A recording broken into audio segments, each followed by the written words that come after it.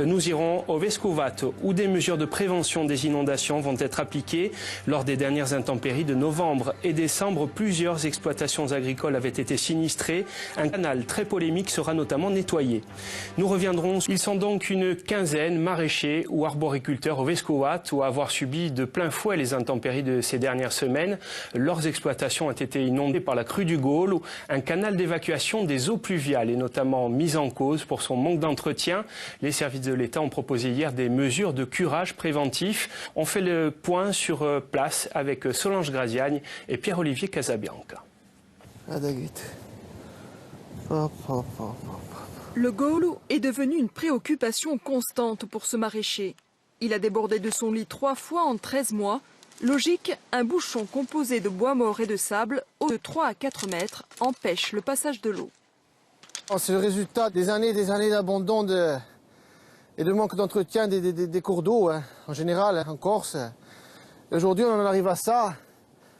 C'est-à-dire que l'eau ne s'évacue plus et inonde les parcelles agricoles et aussi les habitations. Hein. Les terres agricoles sont toujours imbibées d'eau, les légumes pourrissent sur pied.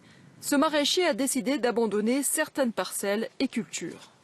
À un moment donné, ça ne vaut plus le coup de ramasser, hein, parce que la marchandise est pleine de terre, et les plants y souffrent et il n'y a plus de rendement. Hein.